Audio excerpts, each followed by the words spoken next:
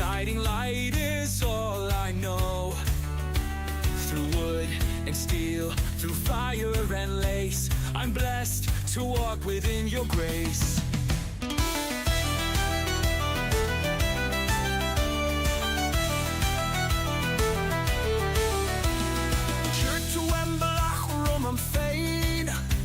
Is to a throig arcade.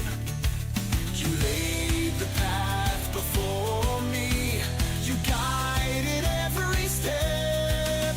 Raise the hammer, string the bow. Her gift is all I need to know.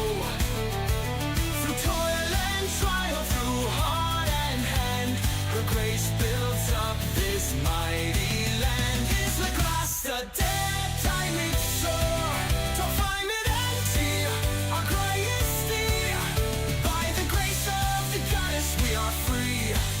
We'll build the land, our hearts within.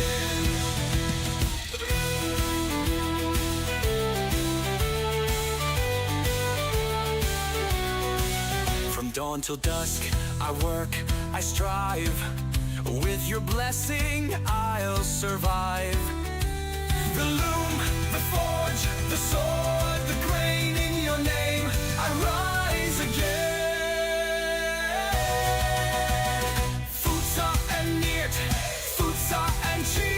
Got Buat, got Tolan, got Trio. In you lies strength, in you lies skill. Each victory, each talent, each trial.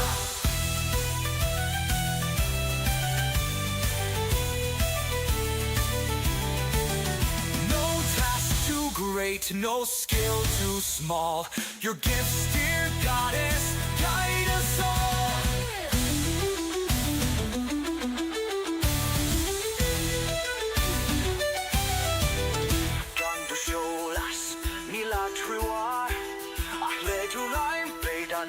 Into falls. Without your light, we have no guide. But with your hand, our place abides.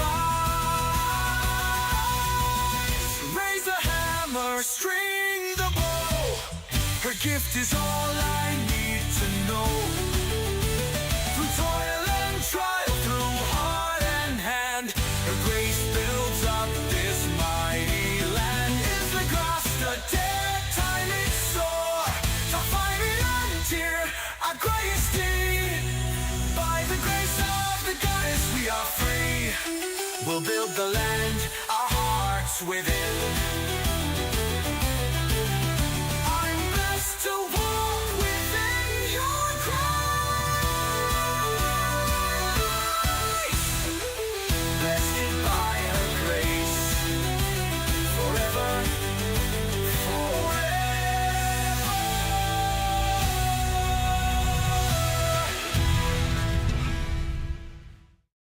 Hello, welcome back to another episode of Path Stay, episode 130, if you believe it or not. And we'll be continuing our path down to resilience. I'm your host, Daniel, and in front of you is Emphir. And Emphir was just getting some leather working out of the way, so we didn't have to spend too much time on the leather itself. And I was just going to put this away as we go into our next lecture. Now, I am walking, but normally we run through this part of the game because why have reality? Like walking? What? I run through my house. I don't know about you guys. I thought I had extra room down here. All right. This is unique. I'm going to have to build more. Yeah, I'm going to have to build more. I don't think I have enough room. This, let's see, 4 slots. 1, 2, 3. Maybe. See if we can do it. Yeah, that'll. And then I can move this. I have some wool I have to store. And once we've done all this housekeeping, because of last, I totally screwed up. And again, resilience. It was my fault. It was my fault. I totally screwed up and absolutely didn't go into the outro yesterday. Yeah, I don't know if anybody noticed, but yeah, I did that. And I'm wondering why my one desktop audio channel is not working. So I'm going to go into it real quick. And let's do that. There we go. For some reason, it went to my Yeti. Okay. All right, now you should be able to hear the awesome and mellow sounds of buzzing flies in my area and the birds in the background while I put away this wool. When you're inside, it's a little bit harder to run around. Ah, that's where I could have put that. That's fine. All right. I don't think I have any room for this wool. All right, that's odd. I do not need any more bone fragments. I think I have plenty. Plenty bone fragments. You use a lot, though, to be fair to the system. I think today we're going to go a little bit of a merry-go-round. We're going to talk about resilience, where we left off yesterday. We're almost we're on the home stretch now. We left off where we're going to focus on how resilience plays out in professional life. You know, workplace, our careers, the areas where resilience is constantly tested, I believe. I don't think anybody would argue that one. And then, and I actually have a song about that coming out. I'm hoping tomorrow, maybe tomorrow. And the reason I say maybe tomorrow is because tomorrow for most of the world is Easter. And I definitely don't want to work too much on Easter, but it is a great song. And the reason I bring it up is it deals with deadlines and broken clocks. Basically, we deal with failures, competition, and big changes every day in our workplace and our professional life. So how do successful leaders and professionals use resilience to turn setbacks into success is the question. Well, that's tonight's episode. Of course, tonight as well. Oh, wow. That barely got enough. All right, cool. Yeast is for baking and stuff like that. We're going to try to use our resilience in the game and figure out how to defeat a frickin' bear since they changed it. And to do so, I need to armor up. And how do I armor up? I'm going to use all my best armor because, yeah, that has to happen. Is that? Where's my pauldrons? There they are. That's 17. That's 20. We'll use that. 28. 17. 19. 26. I'm going through all the, if you're not watching the screen, I'm going through all of my, my armor ratings. So I have the best armor underneath my current armor that you can get. And I got shoes, 15s and 11s. I used the 15s. What else do I need? Yeah, fine wool cape is always... The cape is... Yeah, it gives you armor. So, I use it. And then you just go ahead and... I lose a little magic here using this setup, but my overall defense is much better. So, bear, I'd rather have a little bit more defense. I can use that. There we go. And there you go. All right, so now what I want to do is I want to make sure everything is repaired properly, all my weapons. So I'll go to my fletching table, make sure my bow, and then I'll go to my armor, make sure everything is good there. armor and weapons, right? Yeah, I didn't think of my armor. I fix my armor every time I come back, or I try to. Like last night, I totally spaced, so that was my bad. Silver tipped.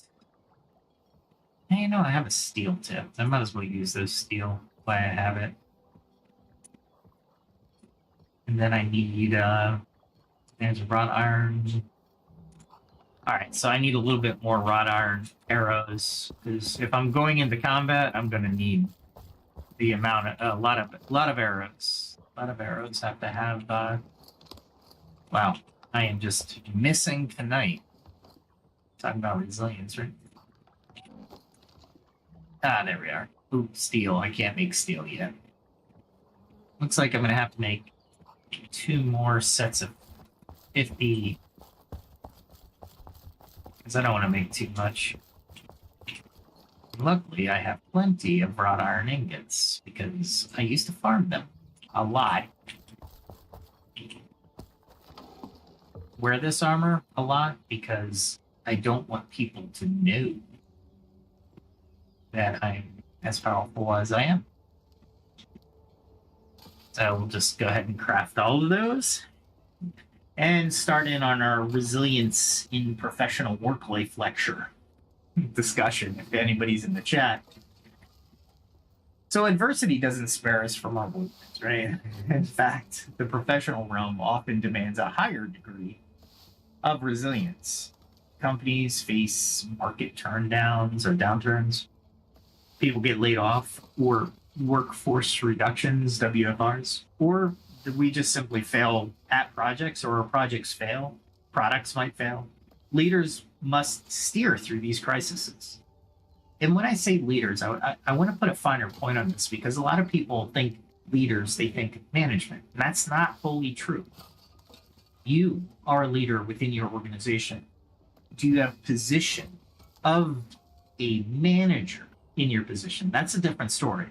But all of us are leaders. We mentor each other. We mentor new people. We make decisions tactical to our responsibilities. We don't go to the leader for everything, or the manager for everything. We have to make decisions in crisis situations and normal operations. So I want to put that out there as a definition. So let's look at how resilience manifests in careers and organizations, and how some notable figures turned to work adversities into growth. How do we turn those into growth?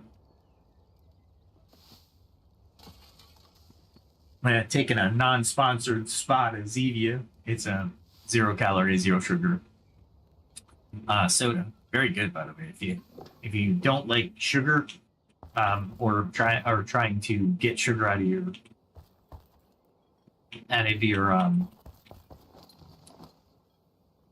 diet, and you don't want to waste calories, this is all for you. Zevia. Not that one. This one. I think I can repair this. Yeah, I can repair this. You can repair any armor even if you can't make it. I'm looking for sticks. Let's see, I have 1, 2, 3, 4, 5, 6, 7, 8, 9, 10, 11. 1, 2, 3, 4, 5, 6, 7, 8, 9, 10, 11. There we go. 1 stack for 1 stack, and then I have to do 1 other middle of the ground. I need to make these short wood stocks. Okay. So perhaps one of the most famous business resilience stories is Steve Jobs and his ouster from Apple. Famous story. So, if you don't know, Steve Jobs co-founded Apple in 1976, and by his mid-20s, he was a superstar. In 85, he was unceremoniously fired from his own company. And everybody knew about the underlying power struggles. A crushing public failure for someone who was so identified with Apple's success, right? So Jobs later recounted that period. He quote, "I didn't see it then, but it turned out that getting fired from Apple was the best thing that could ever happen to me," unquote.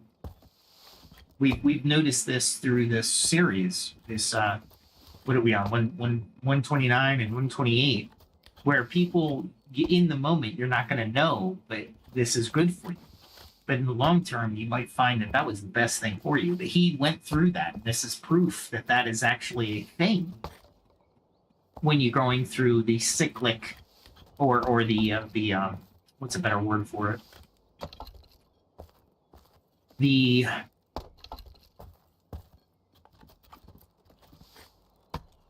trauma of resilience, right?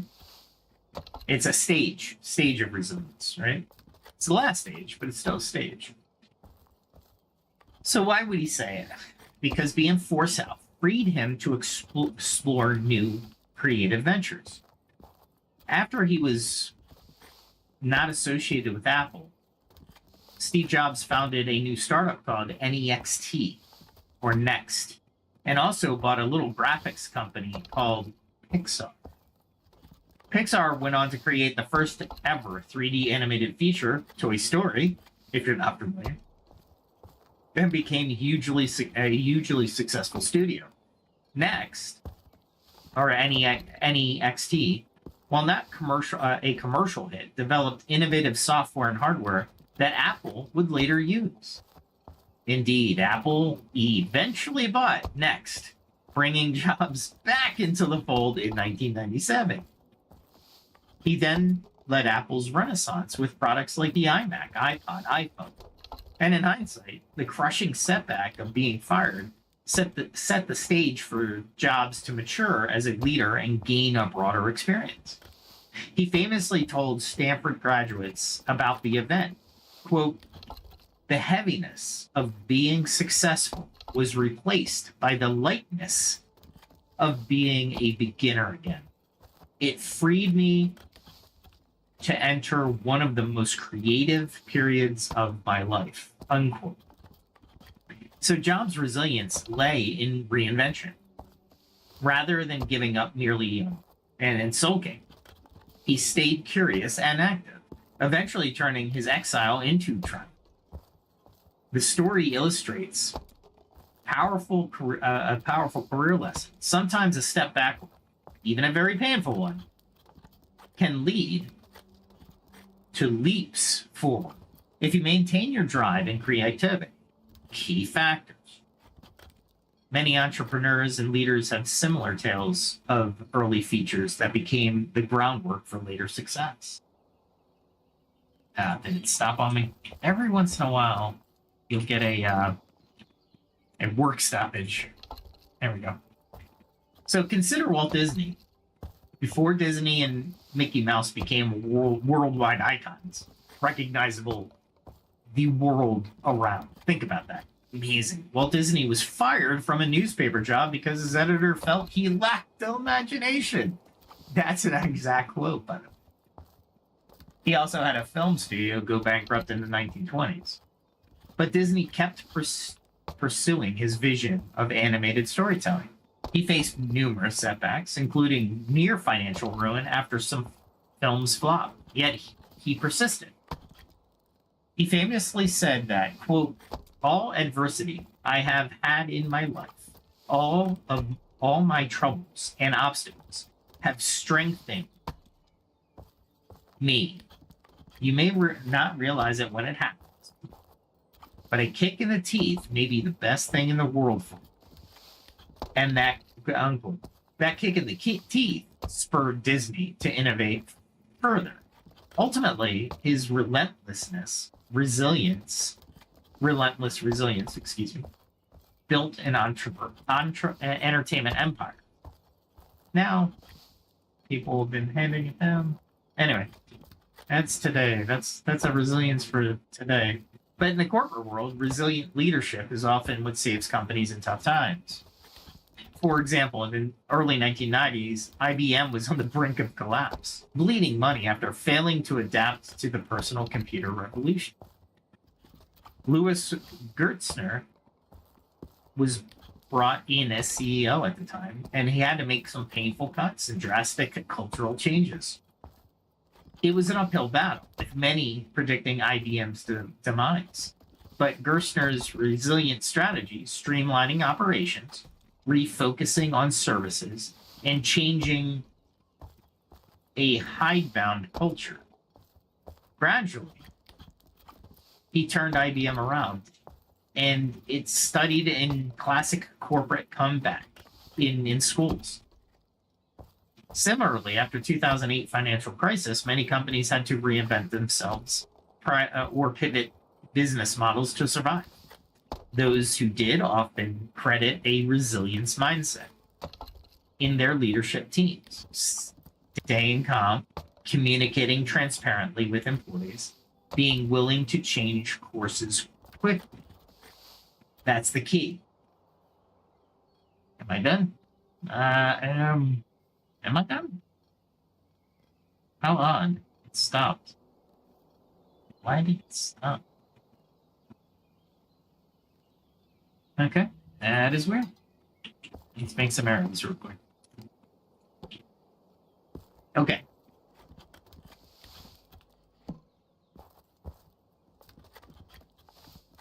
So resilience at work shows up in everyday professional setbacks. You get passed over for a promotion. You fail to meet its sales target. Or you make a costly mistake. Well, what do you do then? Well, career coaches often say resilience is what separates those who plateau from those who ultimately succeed. They call it a growth mindset. The belief that abilities and performance can improve through effort. It's crucial here. If a project you led fails, a resilient response is to analyze. What can I learn from this? How can I use this experience to do better next time? Rather than labeling yourself a failure, you treat the event as feedback. Perhaps you discover a gap in your knowledge that you can fill, or you realize that you need to delegate or communicate earlier about risks. By treating work setbacks as learning, you actually enhance your skills and judgment. Many companies today encourage a, quote, fail fast, learn faster, unquote, philosophy to foster innovation. It's also Agile's basic motivation. If you know that project management style for software, they're trying to force it into hardware, but I don't think they're going to try to force. You can't fail fast at hardware. Anyway, well, you can. We can have a whole discussion on that. You can.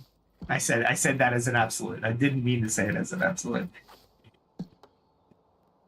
So you basically are essentially institutionalizing resilience by not punishing failures that come from good intent and effort. So one of the biggest cultural changes that leaders and effective managers can provide in a corporate environment or just a big business environment, it could be an SMB.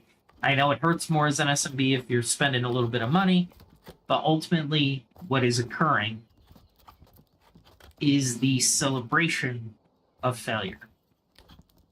So long as the person who failed doesn't do the same failure repeatedly, but learns from it. That's huge. Well, anyway, let's spotlight another individual, Sara Blakely, founder of Spanx, by the way, who became the youngest self-made female billionaire. She often credits her upbringing for her resilient attitude. At a dinner table, her father would ask, quote, "What did you fail at today?" unquote. If she and her brother had no failure report, the father was disappointed. He wanted them to be trying enough things that some didn't work out.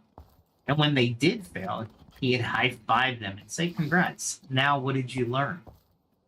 This conditioning taught Blakely from a young age that failure is not shameful. Not trying is. As an entrepreneur, she was rejected by every hosiery mill when pitching her idea of the footless pantyhose. She heard, quote, "no," repeatedly. But instead of giving up, she kept refining her pitch and product. Eventually, one mill owner gave her a shot. and spandex took off. Blakely's story shows how resilience can be cultivated by reframing failure. In her case, thanks to her dad, she associated failure with learning and growth. In the business world, rejection is constant. Whether you're seeking investors, customers, or approval from the boss, resilience means not internalizing the rejections as reflections of your worth, but rather as data or redirection. Blakely didn't think, quote, they hate my idea, so it must be bad. She thought, quote, I have to keep knocking on doors until I find someone who gets it. Workplace resilience often involves adapting to change. Like when your industry transforms and you must reskill. Consider somebody like Satya Nadella, the CEO of Microsoft. When he took over in 2014, Microsoft was seen as a fading giant, clinging to the old Windows Office monopolies. Nadella had to instill a new mindset. He preached a shift from the, quote, know-it-all culture to a learn-it-all culture, quote. This essentially meant encouraging curiosity, empathy, and resilience at Microsoft. Under his leadership, Microsoft embraced cloud computing, a domain. It was behind it, if you can believe it, and it turned its fortunes around by willing to change and learn. Nadella often cites quotes, quote, culturally, organizationally, it's about being able to confront our fixed mindset each day, unquote. This is resilience on an organizational scale. The courage to admit what isn't working and pivot, the perseverance to undertake years-long transformation, and the optimism that change can lead to new success. For you, in your career, resilience might mean bouncing back from not landing the job you wanted and using the experience to better prepare for the next opportunity. Or it could mean handling a difficult boss or a toxic workplace until you can't transition out without letting it crush your confidence and or integrity. It certainly means continuing to update your skills at times of change. Instead of saying, I can't learn this new technology, or I'm too old for this, a resilient mindset says, this is hard, but I can figure it out, or ask for help. Employers value resilient employees greatly. They're ones who stay composed under pressure and find solutions instead of highlighting problems and keep morale up when things go sideways. Side note, I did create a keep the workplace optimistic or how-to article that you can read on LinkedIn. I highly advise going over there and looking up my name because I did a lot of articles and this just kind of fits right in. And no, I don't get any money from LinkedIn. Anyway, at any rate, in sum, resilience in professional life is about grit, reinvention, and learning mindset. It turns failures into stepping stones. It's what makes a laid-off worker turn an idea into a new startup, or a demoted manager to find a better niche that suits them more, or a team rally after a product flop to create a hit the next time. I'm gonna go put these arrows away. I don't need all of them. I made them, but I definitely don't. Oh, wait, they're finished arrows. I have a finished arrows area. That's where I put them. All right, so I'm just gonna. I'll probably take just that. That in there. I'll put that in there. All right, so do that. I think I have some bear stew here. We fight bar, so I need some bar stew.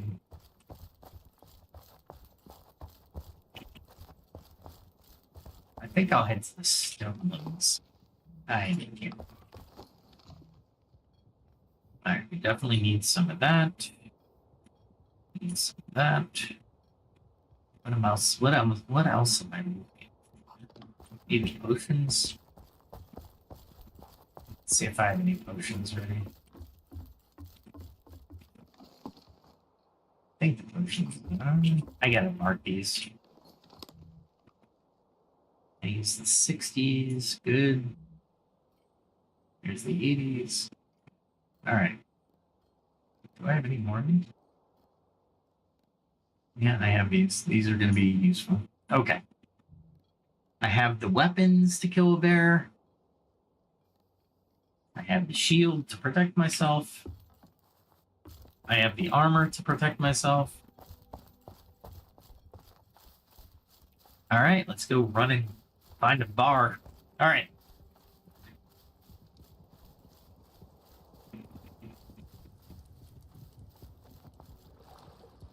So it turns failures into stepping stones, right? That's what resilience really does. So what makes a laid-off worker a workforce reduction worker? Reductive worker? Turn an idea into a new startup. Or a demoted manager to find a better niche that suits them. Or a team rally after they create a product flop. And I said this twice, but I want to make sure it drives home the because when I read my notes, I kind of go back when I'm distracted. But it's so important. It really is. Business lore is full of these phoenix rising from the ashes stories. From FedEx's founder gambling his last $5,000 in Vegas to pay off a fuel bill and winning just enough to keep the company afloat. Whoa, what are the chances? To Airbnb's founders struggling to a point of selling cereal boxes to keep the lights on before their platform gained traction. These anecdotes all point to the simple truth. If you don't give up, the story isn't over.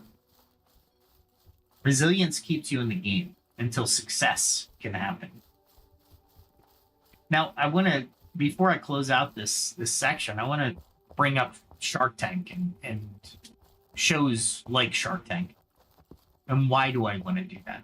Well, to put it simply, how many Shark Tank episodes do we know of where the entrepreneur or the inventor or the salesman of the device pitched it to the sharks? They pitched the product, and the sharks were like, yeah, now I'm out. All of them are out.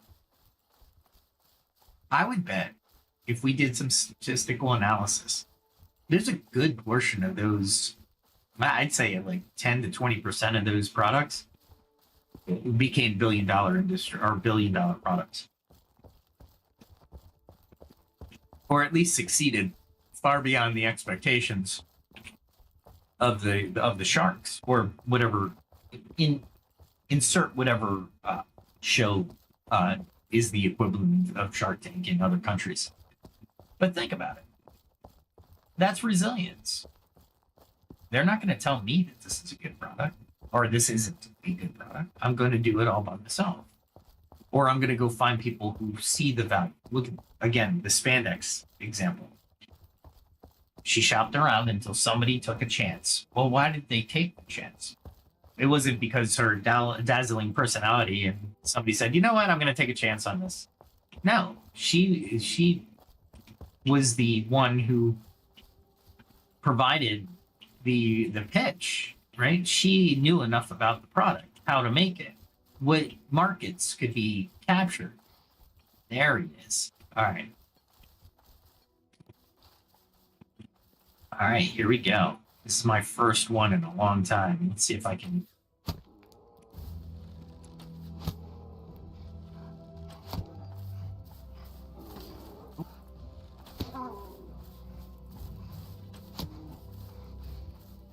All right.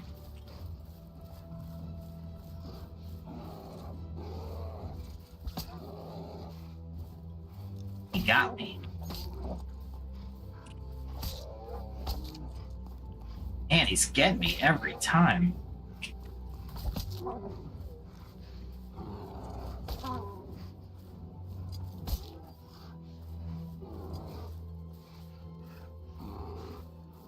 Nope. This is going to be a battle royale, it looks like.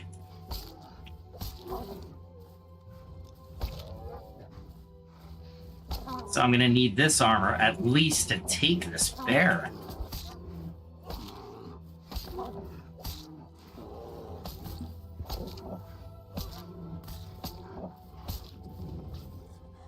Holy crap, man. That was just a brawl. That wasn't... That sucked.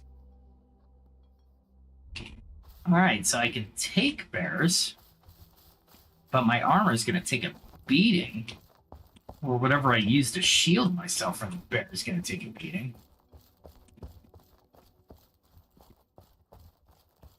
Man, that is not cool. Alright. So now that we've covered personal and professional resilience, there's one more domain to explore. One that might seem like it's just fun, but it actually holds deep lessons and perseverance, which is gaming.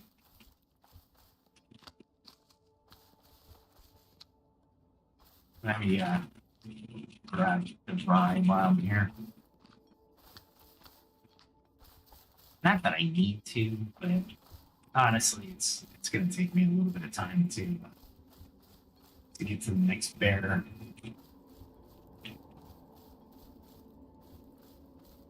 Yeah, those bears are going to be a pain in my ass. Excuse my language. That was just... I just happened to have more hit points in a potion that could heal me before the level... I think it was level 34 Gray Bear. I don't even think I can take a brown bear. Oh my god.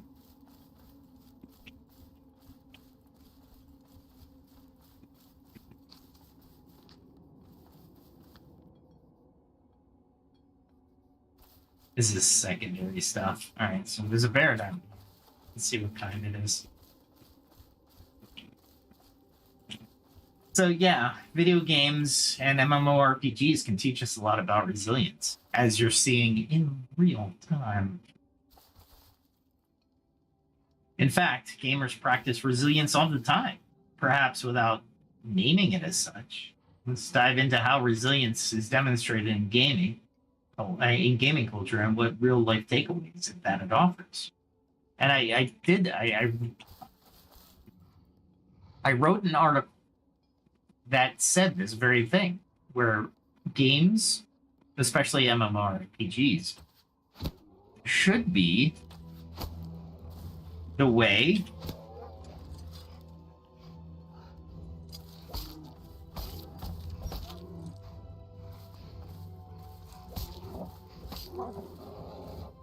man, I do not like the fact they're hitting every time.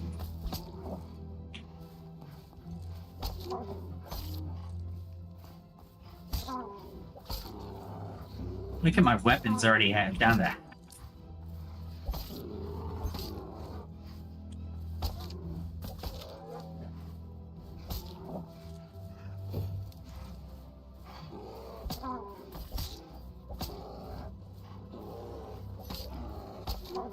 I'll do this.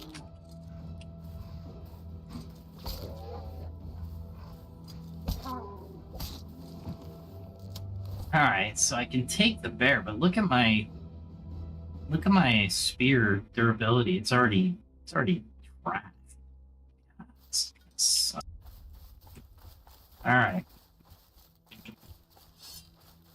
Not the one I was doing. You can't out. You gotta sprint out. There's gotta be a way to do it. All right, they didn't make it impossible, so I can take. I just need my armor. That's freaking way too. Man, I don't want to get this armor. I can make it again. It's just I don't want to. Anyway, so obviously this is a challenging video game. But have you ever played one? Or a massive multiplayer game at all, an MMO? You know the feeling of repeated failure. Dying the same boss over and over, wiping your raid group in an MMORPG again and again. Losing hard-earned progress in a brutal game. I know many of you can name that brutal game that came out with that. Strangely, many gamers enjoy this cycle. Not because they love failing. It's because there's a sweet reward of finally overcoming the challenge. This fail, learn, improve loop in games is a microcosm of resilience in action. Let's look at a few examples from popular games and how they embody resilience. Well, one, you see me attacking bears. I found out that I needed my armor.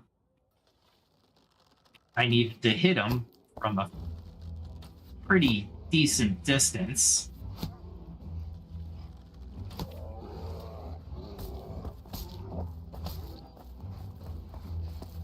My block's not on.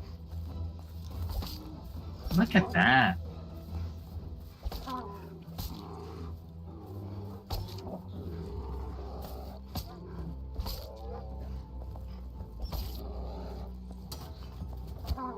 Oh, crap.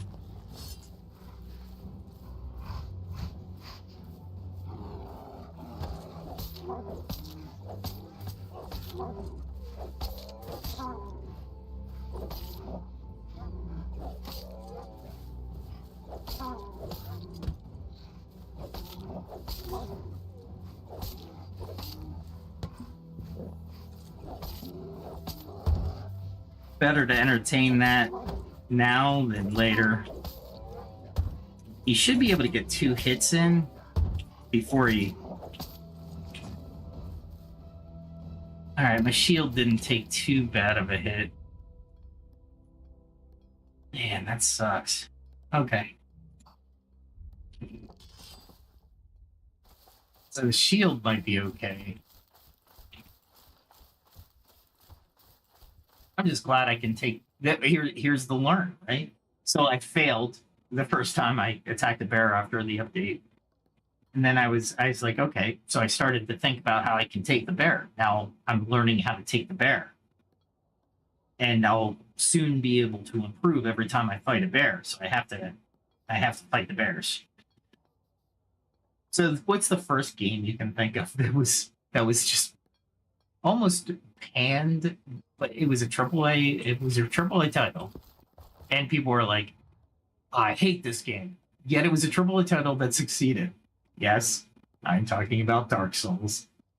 It's a notoriously difficult action RPG series. Dark Souls is infamous and beloved, like I was saying, for its unforgiving gameplay. Enemies hit hard, surprises abound, and players will see the "you died" screen countless times, which became memes. Enemies hit hard every time. Yet it's precisely this difficulty that makes victory so satisfying. Why? Because Dark Souls forces the player to adopt a growth mindset and persevere. As one gaming essayist noted, by trying over and over, you beat a tough area or a boss. We gradually learn its mechanics and attack patterns, and eventually we overcome the immense difficulty in beating.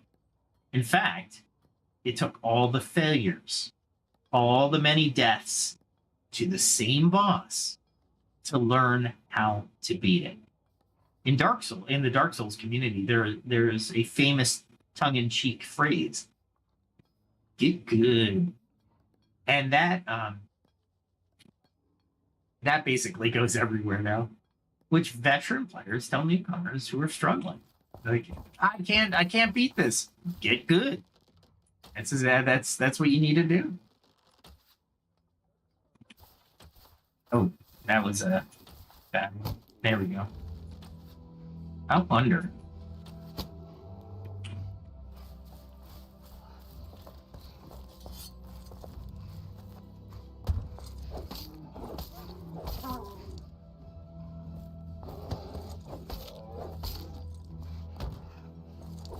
I don't know if I'll be able to take him with the amount of hit points I have.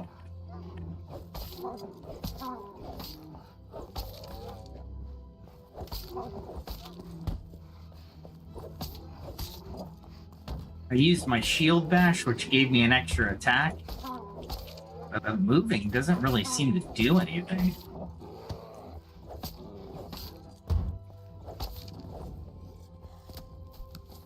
Alright, so I can take the bears. I just need a better strategy of taking the bears. I'll figure it out. Okay. I think there's one more. No? No, I took him out. Let's go get some, there might be some blackberries somewhere.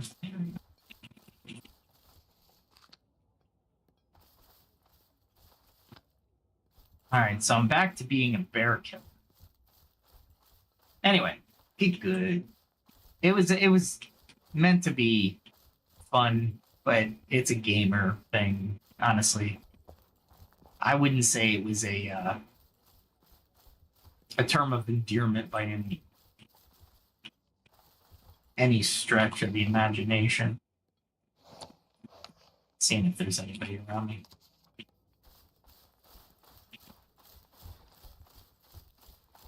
And then I can there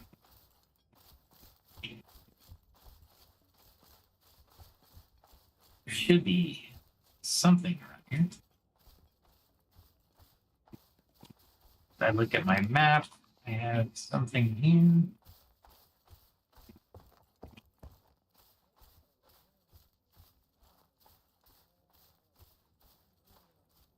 That one that I marked? I don't care about these. Not yet.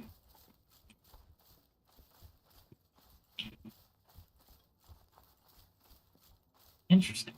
What did I mark on that map? There's some blackberries. Take them.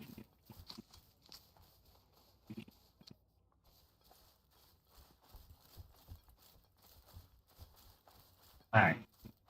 We'll walk to the next one. That way if I see any lemongrass. So it does sound dismissive. Get good. I mean, get good. Get good. It sounds it does sound dismissive, but it encapsulates the idea that the game is beatable. You keep learning and practicing, right? Essentially, be resilient and you'll improve. The game's director, it's a Japanese.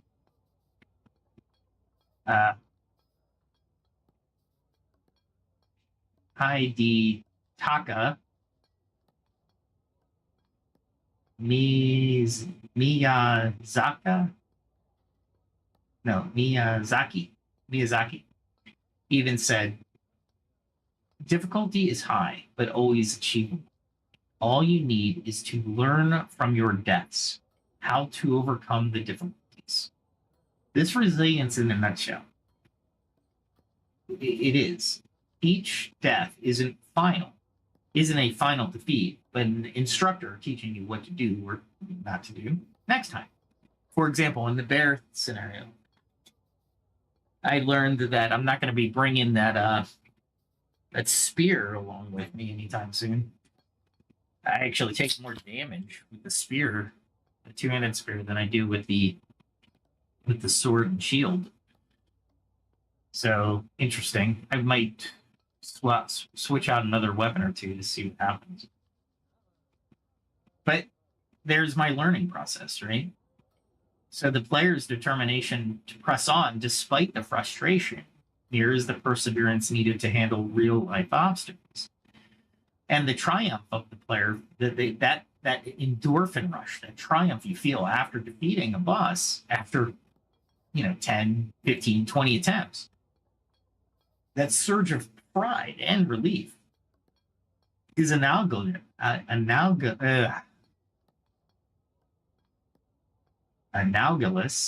Oh my god.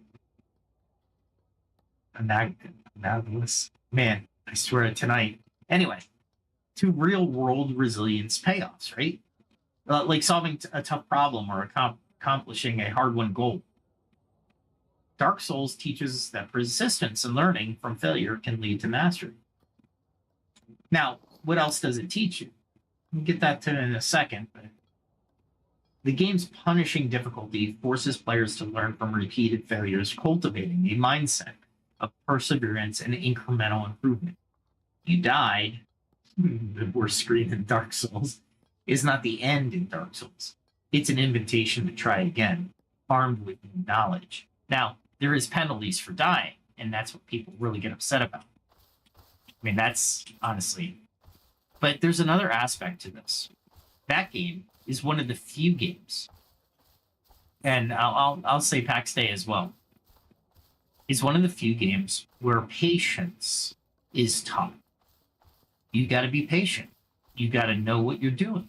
You got to look around. You have to learn from everything. How do I know where all the herbs are? Is because I took the time and walked, just like I'm doing now. Patience is key to resilience. Remember, most times resilience is needed. Aren't times where it's an immediate need.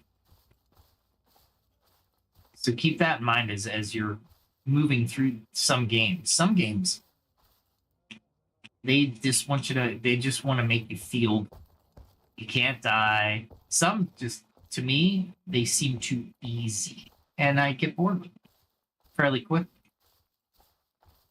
PAX Day, not one of them. Not one of them. Dark Souls, I've only played it like once in like Target or something, just as a demo. I really didn't like the game so much, just all the bad press it got. But now that I'm talking about it and I did my research on it, is it something I would look forward to in other gaming models? I probably wouldn't go back to the to Dark Souls itself. I'd probably wait until they came out with the next generation Dark Souls. One thing I do love about this game is terrain does matter.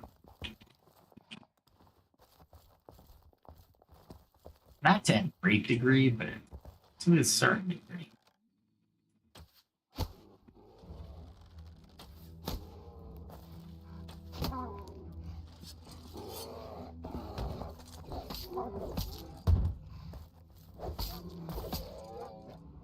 How is he getting that one in? He's getting one shot in there. It's very annoying.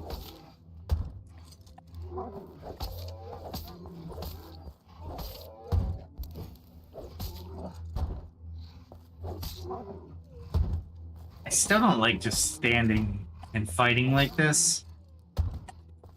It really isn't. There's not a lot of combat needed here. We're just trading blows essentially. Because I have more armor than him, I'm gonna win. That I don't like. The other thing I don't like is the fact that all my gear's getting beat to crap. And here's the problem with getting all your gear beat to crap. When you're out in the wilderness like that, you literally have to stop adventuring and head back. So that I don't. But the game's in alpha. Early access, I should say. Alpha. Now, take MMORPGs like World of Warcraft, Final Fantasy XIV, EVE Online. These games often involve cooperative challenges, raids, dungeons, boss fights. And I'll throw PAX Day in that. Would I be able to take the bears easier with a group of people? Yes. Did we see yesterday, if you see in episode 129, you'll actually see a group of adventurers killing Zebians in the lands in the south where I was harvesting boar. That's where MMORPGs really can shine. There are tactics that you can have with several people around you. So it becomes a better, more fun game because you have more tactics you can employ. PAX Day was, I can guarantee PAX Day, EVE Online, but those two I can speak genuinely to because I play both of them. They're not one-player games. There will never be a one-player game, a one-player in EVE. Why do I say it that definitively? Ooh, lemongrass. Saying new walking. Give me a...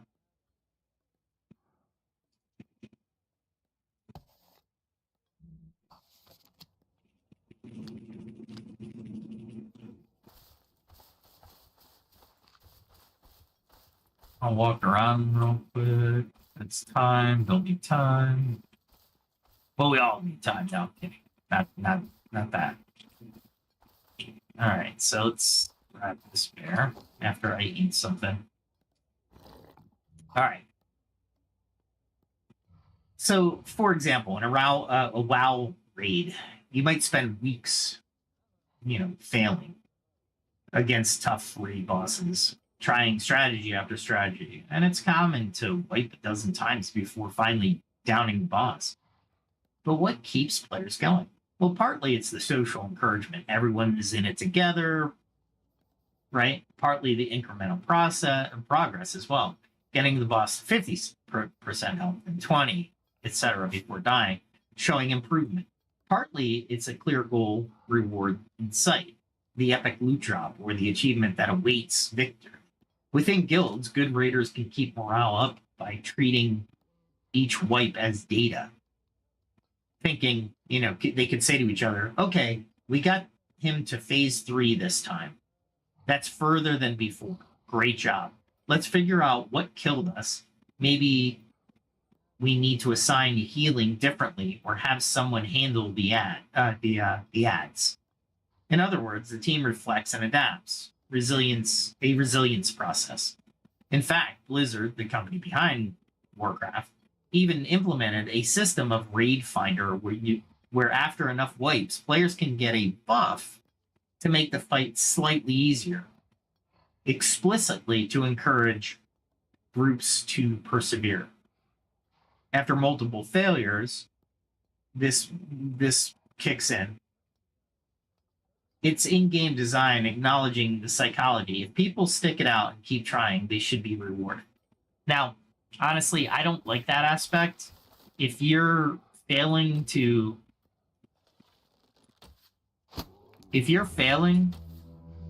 oh gosh. Oh my god.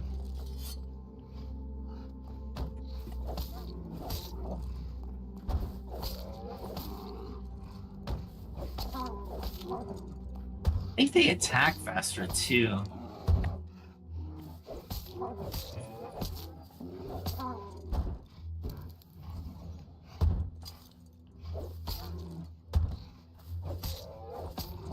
I'm trying to get 2 of those cooldowns in if I can manage it.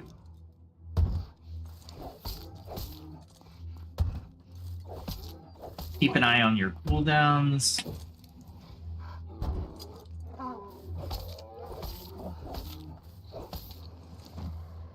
There we go. My shield's almost gone. Oh boy. That's alright. We'll deal with it. What I'm gonna do though is move this shield to my quick select because my shield will drop this time.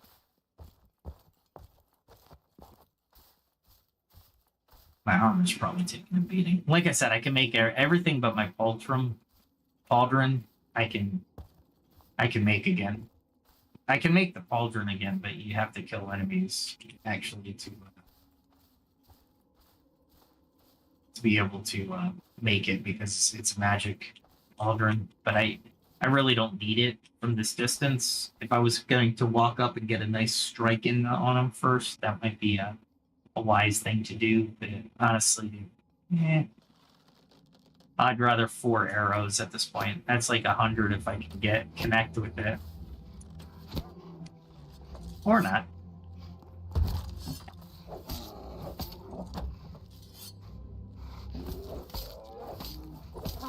That's what a quick bar can do for you.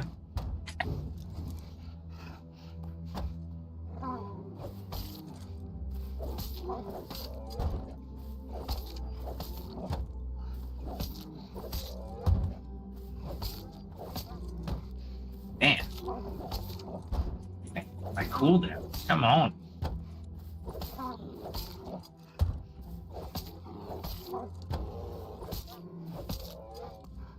There's got to be some kind of finesse here.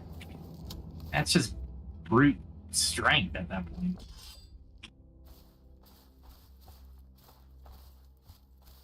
That shield's 1 star, 1 pip above what I normally have, and it's been blocking a lot more than I normally do. That's the next target right there.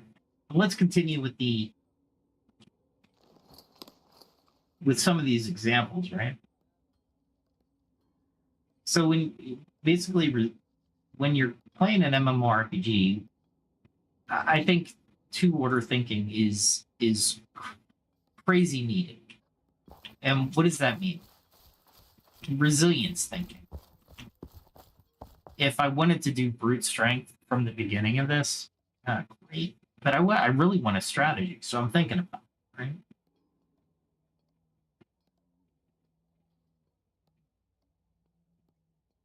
I mean, basically what you want to do is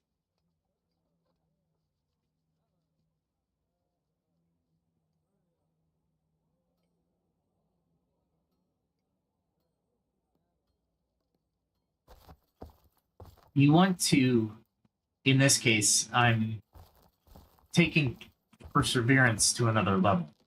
How am I doing that? Well, honestly, throughout my... I knew that was coming. Oh, come on. He's here.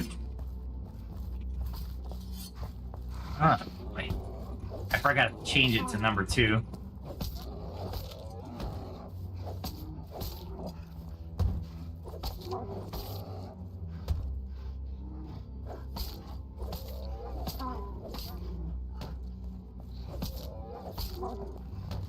I was hoping I can find something that I can...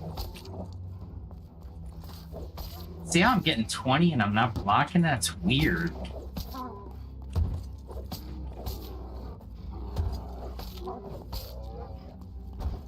Very odd.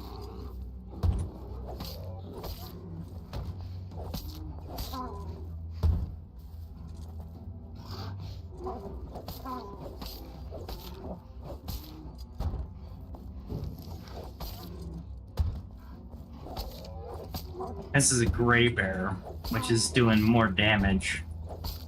But notice my stamina goes down as well. So yeah, you got to track a couple different things here.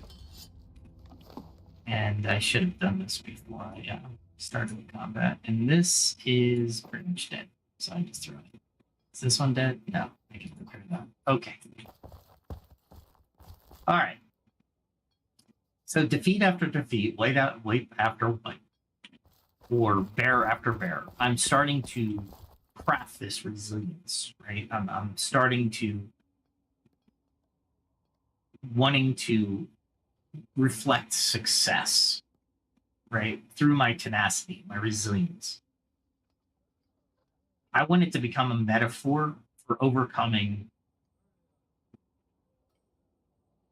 all the failures in this game, right? And maybe in my life, a metaphor for failures in my life, right? Why? Because there's a certain amount of need from gamers or from people, right? We brought up psychology before. Resilience in gaming is no different. And this is why I say resilience in gaming, or gaming in general, can be really attributed,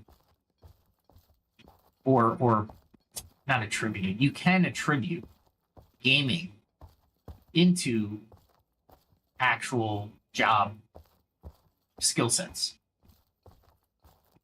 And I know it sounds weird, and some jobs won't be like, oh, you learned this from gaming, so you have no real experience. And I wouldn't work for those places anyway, honestly, because what is real experience? What do you mean real experience? I'm playing a game. It's real experience. I'm playing a game leading others in that game. What do you mean it's not real experience? As a matter of fact, I challenge that that interview and say, so you're saying I can motivate people who have no need or no necessity to listen to me. I have no positional authority over them. I can influence them, lead them, have fun doing it, have them have fun doing it. Right? I mean, this is all real world stuff we're talking. So let's talk EVE Online. Resilience takes on a slightly different flavor. And I'm saying that as an undertone and laughing because of it. Because game losses can be permanent and costly. EVE is a space MMO for those who don't know what it is. And it's known for its player-driven economy and large-scale wars. When we're talking large-scale wars, and I'm not exaggerating, there could be 1,000 to 5,000 people, individual people, fighting one battle. They are rare. However, I'm talking to actual players, not, and some of you might be going, oh, there's alternates in there. Yep, that's true. But the way, I think it's CCP now owns it still. They report that it's actual different players, and they know who ties accounts together, right? So it's pretty amazing. So when your ship gets destroyed in EVE, it's gone, and ships could represent many of ours in gaming earnings, right? That's the other part of this. You have to have the ISK, or the monetary weight to buy that ship and its components. So sometimes it's even equated to real money value. This high stakes environment demands resilience from its players more than any other game, where there's been infamous battles. Like I was saying, there's literally a famous battle on YouTube. It's called the Battle of B-R5RB. It's a nullsec area, basically the Wild West. I thought I heard a bear, so I'm going to take it out real quick. It's the Wild West. Actually, I'm going to get a little bit more hit points on this one. Yeah.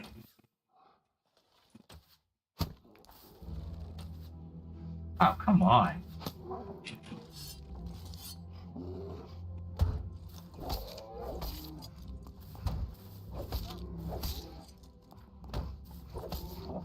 I am just not liking the fact that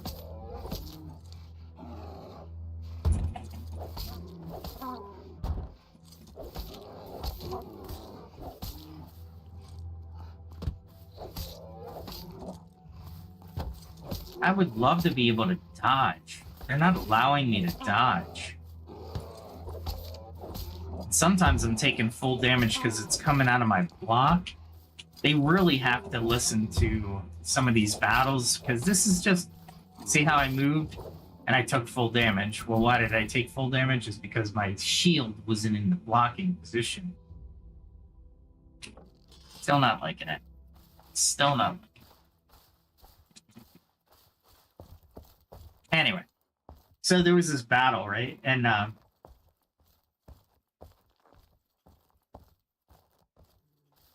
so it basically, it was over somebody didn't pay protection money, I think. I think that was the story. Anyway, it led to a galaxy-wide war where it's all over 7,500 players engage in an estimated $300,000 real-world value of ships. Yeah, you heard that right. It was just, all of them were destroyed in 21 hours of battle. Imagine being a player who lost a Titan ship. Well, here's another aspect to EVE that I didn't say. To drive a Titan ship, you're going to have to spend real money or be in the game for like 20 years straight, or I'd say 15 years, just training into those ships, much less being able to afford in ISK, not real money. Which It's. I mean, do you rebuild it? It takes a long time to rebuild those, and it also takes a long time to get that ISK back. There are hundreds of billions of dollars.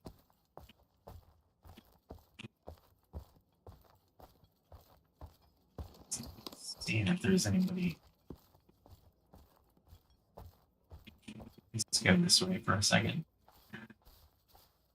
So, in Eve, many choose the latter, by the way. Seek revenge once rebuilt. But the in Eve, it's just a massive that was a massive battle. And when asked if the financial devastation would make players back off, a developer spokesperson said, "quote I expect something like this to happen again. The defending side has already vowed to come back and seek vengeance." Indeed, Eve corporations, or they're called guilds in PAX Day clans. So corporations in Eve, guilds in WoW, PAX Day have clans, have an ethos. No matter how bad the loss, regroup and come back stronger. Some alliances even have war funds and replacement programs to help members get back on their feet. It's a practical support system reinforcing resilience, right? The game's history is full of alliances that fell and rose later, or just arise again. Eve players often learn to take losses in stride and focus on the next strategy. It's a real-world resilience mindset. I'm gonna head this way. Oh, that bear's back. Huh? Do I have shield? Yeah, I have shield. Let's do it. I'm still not seeing a pattern that I can actually... I'm missing a lot. That I can tell you. It's annoying as hell.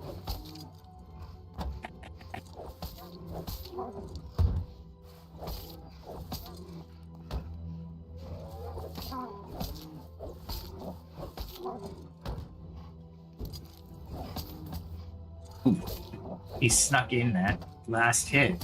Not happy.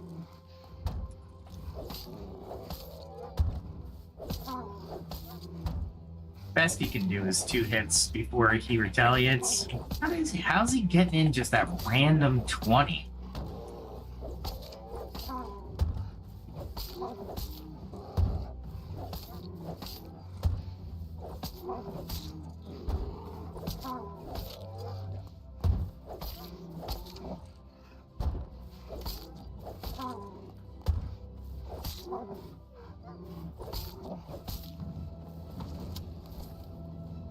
There we go. That was annoying. Alright. Anyway, yeah, EVE Online is one of those resilient games. If you don't want to play a game, or if you want to play a game that you'll get frustrated, you will learn if you give yourself the opportunity. You can. It's a game where you would truly learn how to manage money, manage business, manage personnel, manage resources, supply chains. Eve is one of those games that just has it all. That you can literally take into the real world and actually have real world skills. And sometimes it's called the spreadsheet game. But you have to have resilience to play it. If you give up after the first couple times you get defeated, I guarantee you'll never play the game again. It is a resilience-based game. Kind of like Dark Souls is. Dark Souls is a little bit different because you're not up against people. You're up against AI. In Eve, you're up against people. Like 90% of the time, people are the people. The people are the players. The other players are the ones who are messing with you left and right. It's annoying as shit. But honestly, it's a lot of fun. Otherwise, there would be 20,000 active players online. As a matter of fact, my corp wants me back. And like, dude, you've been off for a while. and you can see why I'm off. Because I'm sitting here in PAX Day trying to level up. And that's really the skinny of it for me. I love it. I love I've been playing since 2010, 2011, somewhere in there. Evilmon. Absolutely phenomenal game. And one of those games that you really should be able to put on your resume.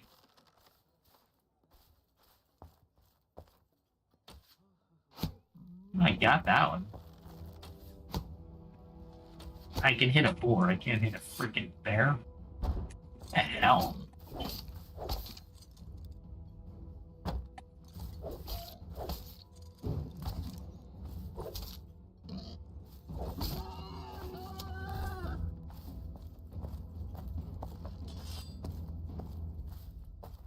Looking for the lemongrass. It's usually on the side of the path, but it's over here. I'm sick of missing it. It is definitely here. Where is it though? It's down this way. I mapped it for this very purpose.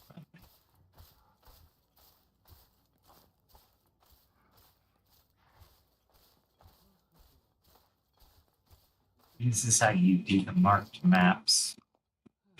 Oh, really? Is it down that far? I didn't think it was down this far. Yes, it is.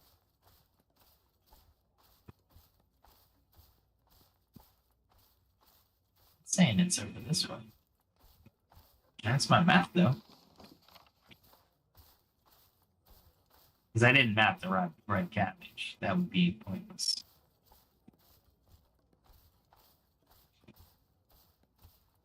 Red cabbage is not what I need. Lemongrass is. But I know I passed it. You remember where things are. After a while, I should have ran into it. Again, it's this red cabbage is here, but lemongrass was here before. I won't be happy if they get rid of that lemongrass. Because honestly, I don't need the map cabbage. Cabbage is like a weed. Anyway, I'll just walk home. So no matter how bad the loss, everybody regroups and comes back stronger. One could say Eve is like an accelerated course in recovering from financial or strategic setbacks. Skills quite applicable to real business or military, like I'm saying. It's really spot on. In gaming culture, there's a lot of camaraderie around overcoming hardships, right? Don't try this, do this. You know, players share tips, strategies on forums after failing and learning, which parallels how people share coping strategies in real life support groups, right?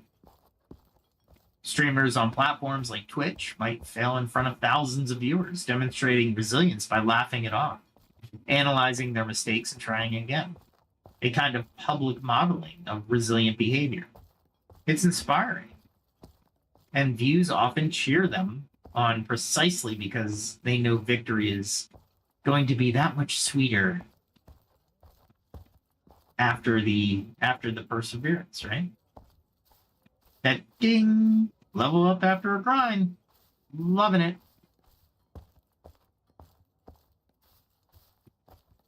Or when, you know, if there's depending on the game, there might be a cutscene which you're dying to see. Those are those reward your effort, right? In life, rewards are often delayed or subtle, which can make resilience harder. You might work hard for years with no guarantee of payoff.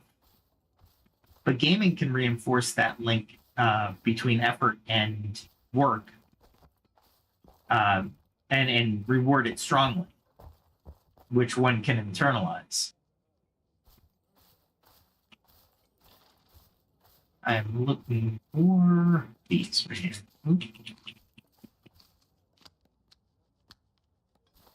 That's it. That's all I was looking for.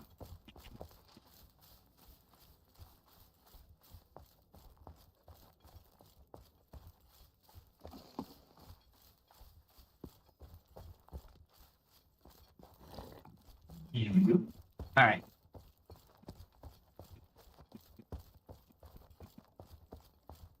So one more aspect of games.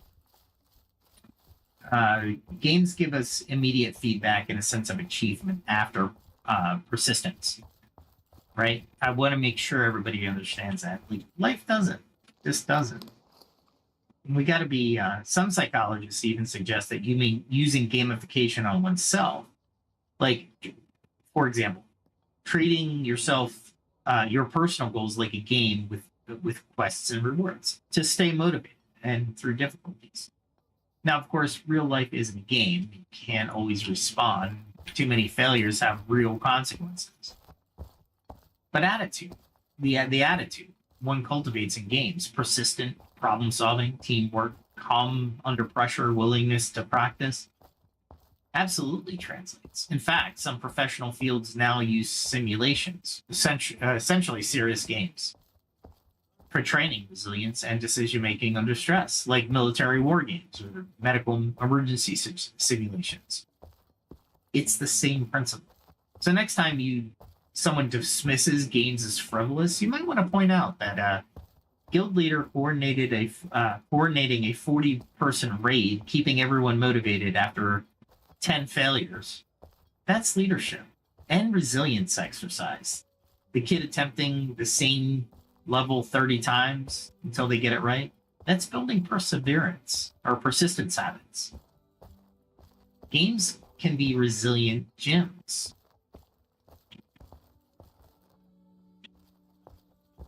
At this point, we've covered resilience from personal, professional, and even recreational angles. We've seen common threads like attitude, learning, support, perseverance. Before we close, though, it's worth to circle back on how themes of our previous episodes, curiosity in episode 124, critical thinking in episode 125, and search for truth and wisdom in episode 126, tie into resilience. These qualities actually prepare and reinforce resilience in profound ways. Let's briefly connect those dots, because this is what the channel's all about. So as I said in those earlier episodes, we talked about curiosity, critical thinking, and the search for truth or wisdom. This might seem like intellectual qualities, but they have very practical benefits when facing adversity. In fact, these traits can be a tool to bolster resilience. For example, curiosity in episode 124. Curiosity is the drive to learn and explore. When you approach challenges with curiosity, you ask questions like, why did this happen? What can I try next? What if I approached this differently? Instead of being paralyzed by the problem, a curious mind gets engaged by it. This transforms a threat into a puzzle. For example, if you lose your job, a curious outlook might lead you to explore new industries or roles you've never considered, rather than seeing it as a dead end. Curiosity also counteracts fear. It's hard to be both very curious and very afraid at the same time, because curiosity opens you up, while fear shuts you down. In episode 124, we learned how curiosity leads growth and adaptability. Here we see that adaptability is core to resilience. Being curious means you're more likely to seek information and resources when in trouble. Did I pass my... Yeah, I did. Am I walking normal? No. I gotta fix that. So, being curious means you're more likely to seek information and resources when you're in trouble, like resourcing treatment options if you have an illness, or eagerly learning a new skill after a setback. It keeps your mind flexible and willing to try alternatives, which is crucial when plan A fails. Essentially, curiosity injects a sense of adventure into adversity. Quote, this is tough, but there's an interesting challenge. But it's an interesting challenge. Which can sustain your energy and morale. Critical thinking in episode 125. We got you.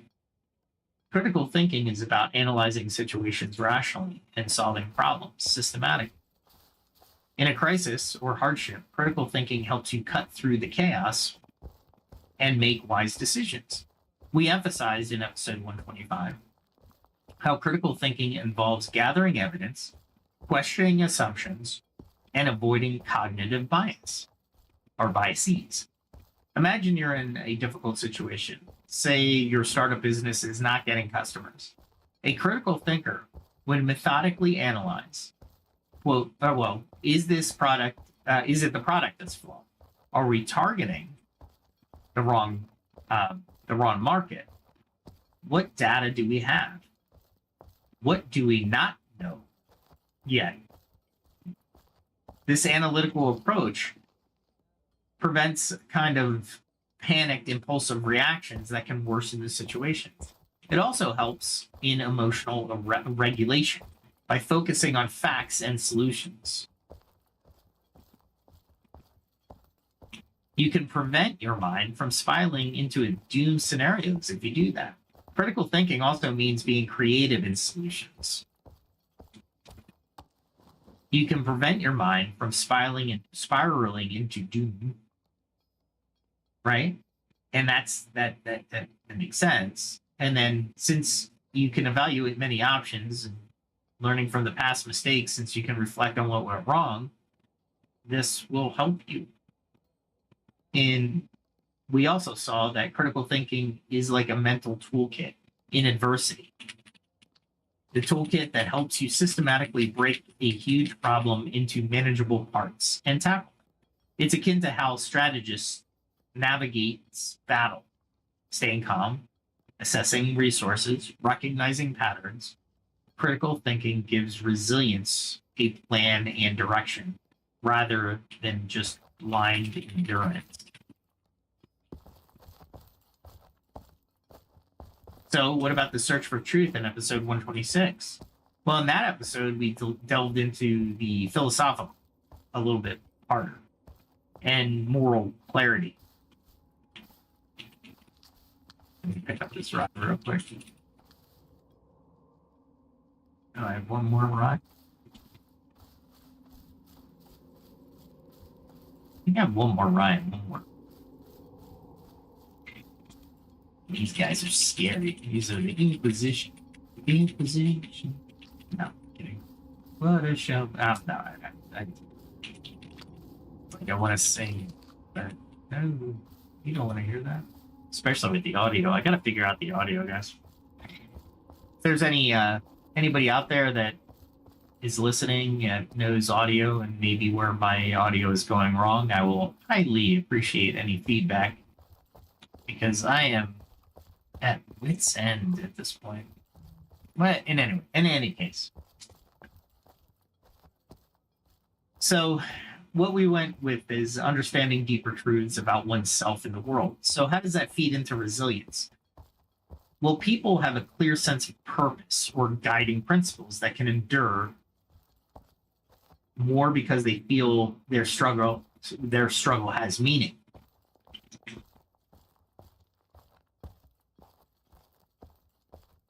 Like Viktor Frankl, a Holocaust survivor and a psychologist.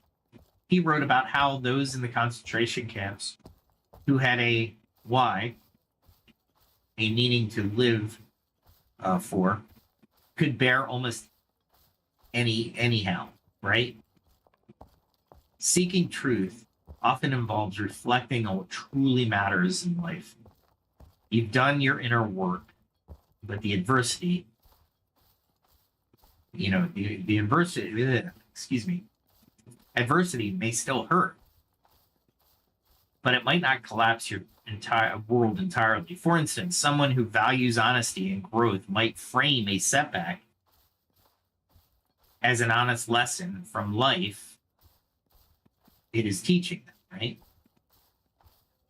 Or someone with a spiritual outlook might see suffering an honest lesson again, or a larger part of the journey of the soul, which can provide comfort. Furthermore, commitment to truth helps one avoid false shortcuts or denial in tough times. Instead of lying to oneself about a problem or blaming others blindly, a truth seeker faces the reality of the situation, no matter how ugly, and thereby can address it. Wisdom traditions often emphasize virtues like patience, faith, and courage in adversity, all components of resilience. In episode 126, we discussed seeking wisdom from various cultures. Those nuggets of wisdom, like proverbs and teachings we mentioned today, become mental fortifications when you're in trouble. Knowing, for example, that the dawn comes after the darkest hour. It's a truth of nature. It can keep you going through the night. In summary, a mindset oriented onward or toward truth and wisdom gives you resilience, a moral and philosophical backbone. It ensures that when you rebuild after hardship, you rebuild on solid principles.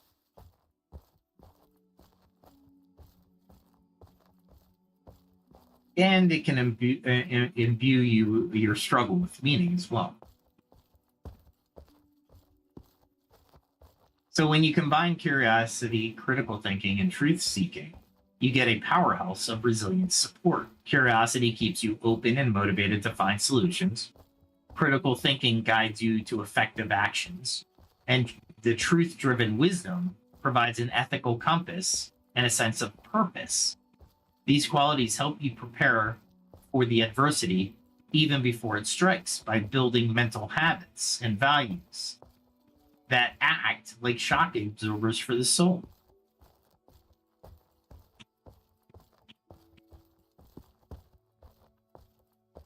Am I walking normal? No. I will not walk. If I don't walk normal, I'm not doing it. All right. To illustrate, let's say our friend, we'll call him Alex, faces a setback. Alex started a small business that is now failing. If Alex is cultivated or has cultivated curiosity, he might, rather than seeing it as purely a failure, might become curious about what strategies could turn it around, or what new business he might pursue next. If he has critical thinking, he'll analyze financial statements, customer feedback, etc., to diagnose the issues logically. If Alex has a search for truth mindset, he might reflect on what his experience taught him about himself or the market, integrating the truth and perhaps the business wasn't his true passion, or perhaps it filled the wrong need. Armed with these, Alex is far more likely to bounce back, maybe even starting a new venture better aligned with what he learned rather than giving up on entrepreneurship entirely. Thus, I had to put that in there. The themes of episodes 124 through 126 weren't just abstract virtues. They are practical resilience boosters. They address different dimensions of handling hardship, which are emotional, curiosity encounters fear, cognitive, critical thinking counters confusion, and existential, truth-seeking counters meaninglessness. Together, they prepare a person to face life's storms with wisdom and adaptability. So we've traveled far and wide in these episodes through the ancient philosophy. Oh. I don't know who that is. Anyway. Through the ancient philosophy and modern psychology, personal anecdotes, and virtual worlds, all converging on the idea of resilience. So what we have learned about is turning adversity into growth. First, that adversity will come to all of us in some form. We cannot always control the hardships we face. Really? Really? That was annoying. I didn't think it would be that close to me. All right.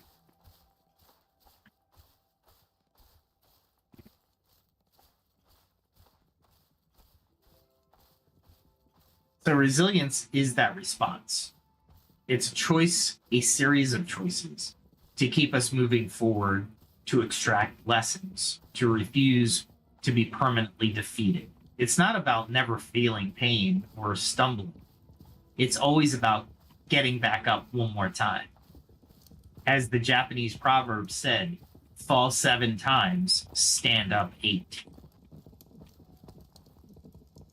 I think I have some. Yeah. Let's see if we can.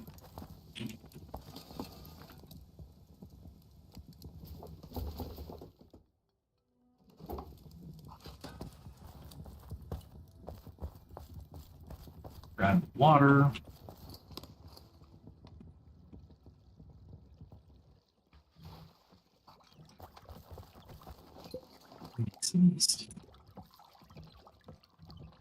Yep.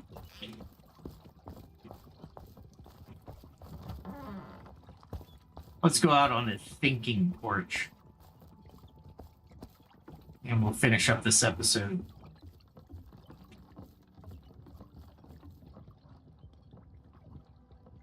Looking back at the house real quick. That is pretty impressive. I built all of that myself. Anyway, I'm an architect now. All right, so, and it's not about never feeling pain or never stumbling. It's always about getting back up. Remember that. That's a big key important point here. We saw that resilience is deeply human and timeless. Our ancestors across the globe left us a treasure of wisdom. From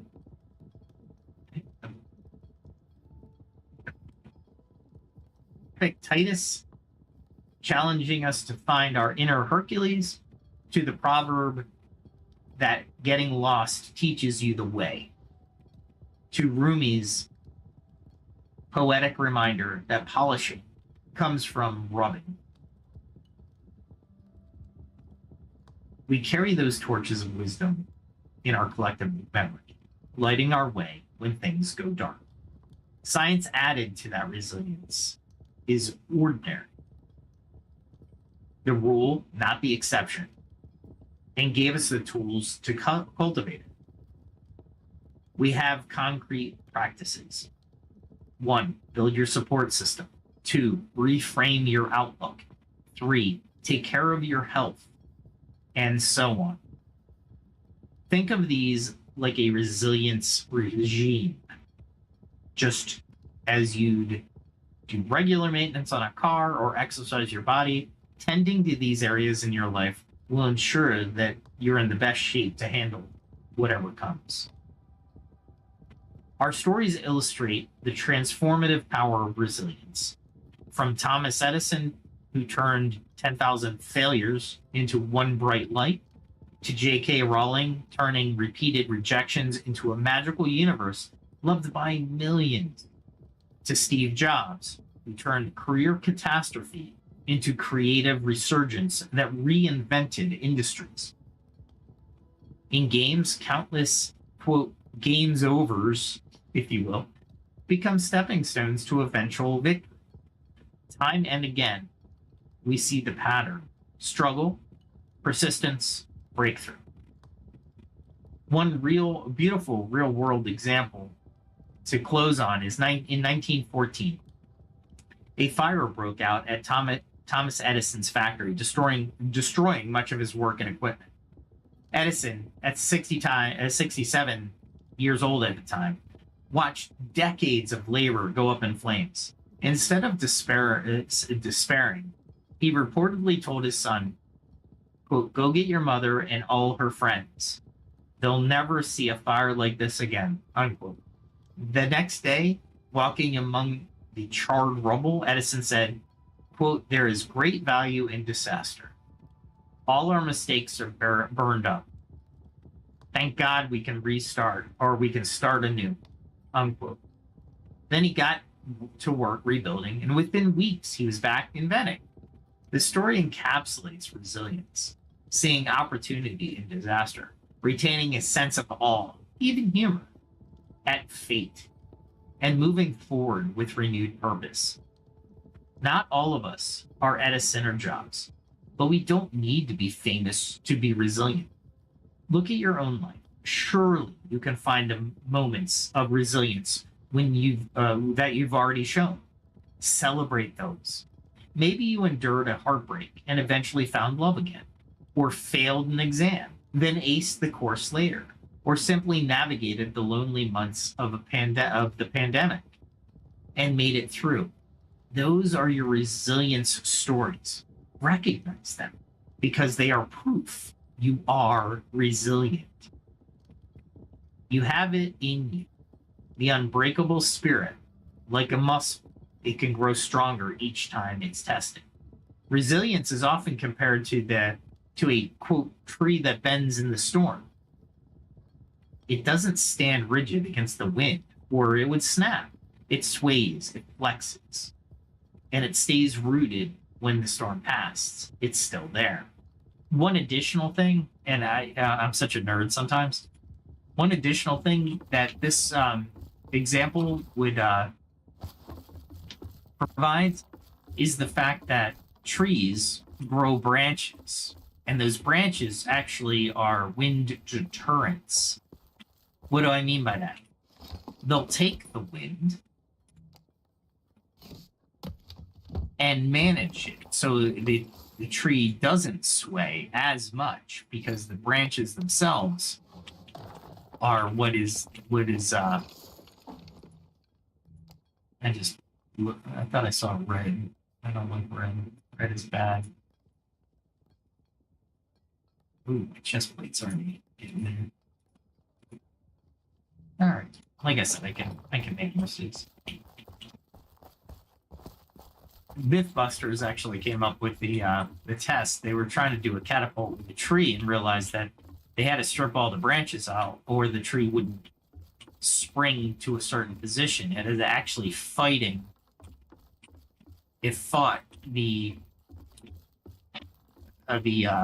rush of wind as it was trying to snap like a catapult. So it was interesting. That's you. You're feeling all these areas, right? These branches.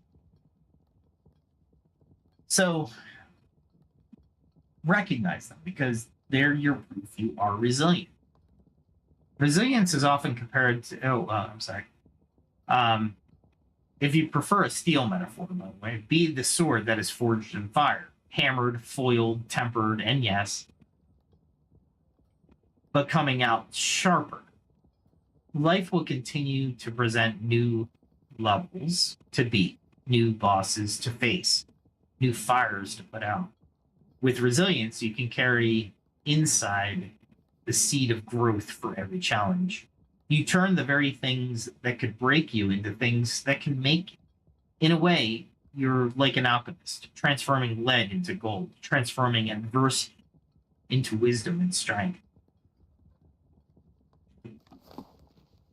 I hope this episode, or these episodes, have left you not just with knowledge, but with a spark of inspiration. The next time you meet adversity, I encourage you to pause and remember, this hardship can be meaningful. It can teach you. It can toughen you. It can reveal you to yourself. It might not, you might not see the good in it immediately, and that's okay. You don't have to force a silver lining in the moment. Resilience isn't about fake positivity. It's about trust, trusting that you will eventually recover and grow, and acting in accordance with that trust. In closing, recall the words of Nelson Mandela, someone who knew a thing or two about resilience, enduring 27 years in prison. He said, quote, "Do not judge me by my successes. Judge me by how many times I fell down and got back up," unquote. That's the spirit of resilience, the getting back up.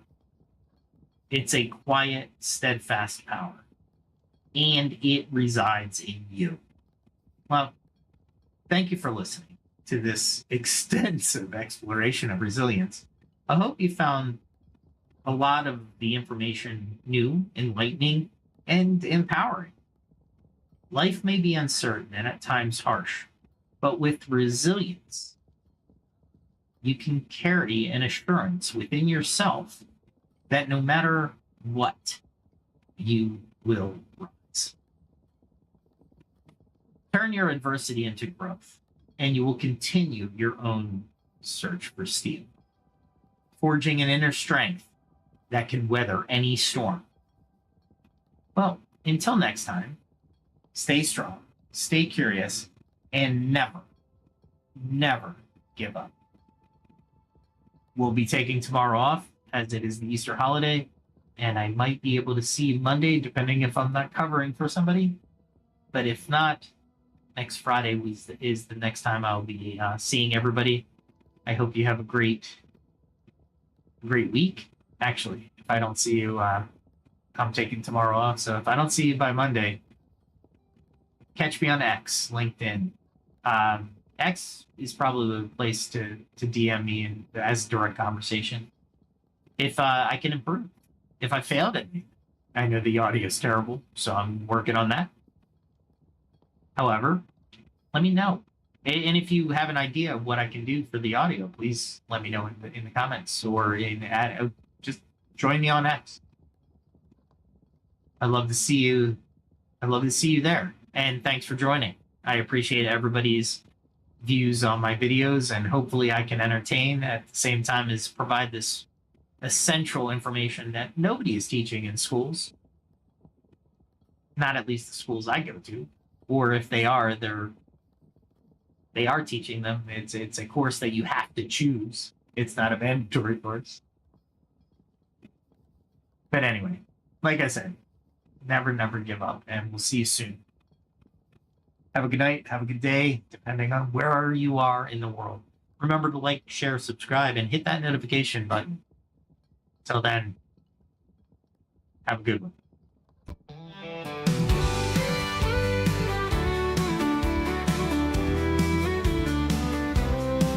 With every step, a lesson learned. From fire's heat to the fields I've turned. The blade and bow, the forge and flame. I sharpen my skills, I play the game. Each day brings a challenge I must face. I train my hands with careful grace. From alchemy's art to the hunter's way, I'll find the strength to seize the day. I carve my path, I walk the line, in the shadow of the ancient sign. Through trial and toil I'll find my way, learning more with each passing day. The skill of survival, the will to thrive, in a world where the strong survive. I face the night, I'll take the chance. I'm ready to fight, to learn to dance. For every strike and every fall, I'm building my strength, I'm standing tall. In the heart of the wild and the calm of the night, I gather my skills, I'm ready to fight.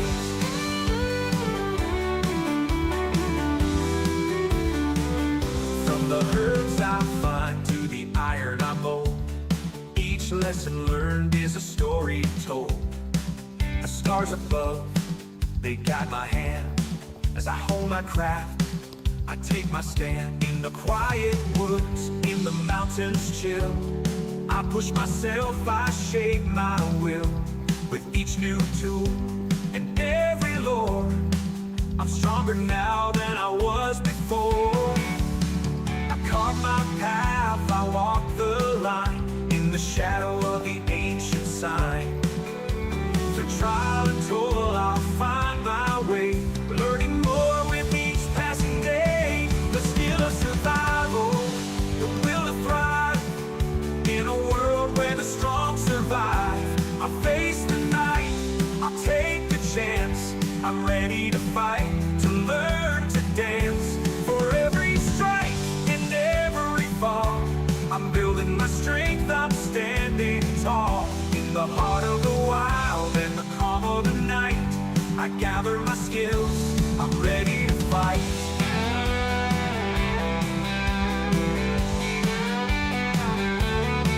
The road is long, but I won't turn back. The lessons I learned keep me on track. With each new skill, the stronger I grow. In the face of the storm, I let my courage show. I've tasted defeat, I felt the sting, but I rise again with each new spring. For knowledge is power, and wisdom the key. I'm forging my path, I'm breaking free.